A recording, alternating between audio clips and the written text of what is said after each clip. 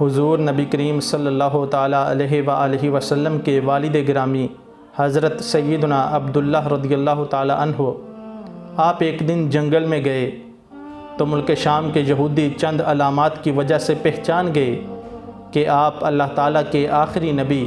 حضرت سیدنا محمد مصطفیٰ صلی اللہ تعالیٰ علیہ وآلہ وسلم کے والد گرامی ہیں، تو انہوں نے بارہا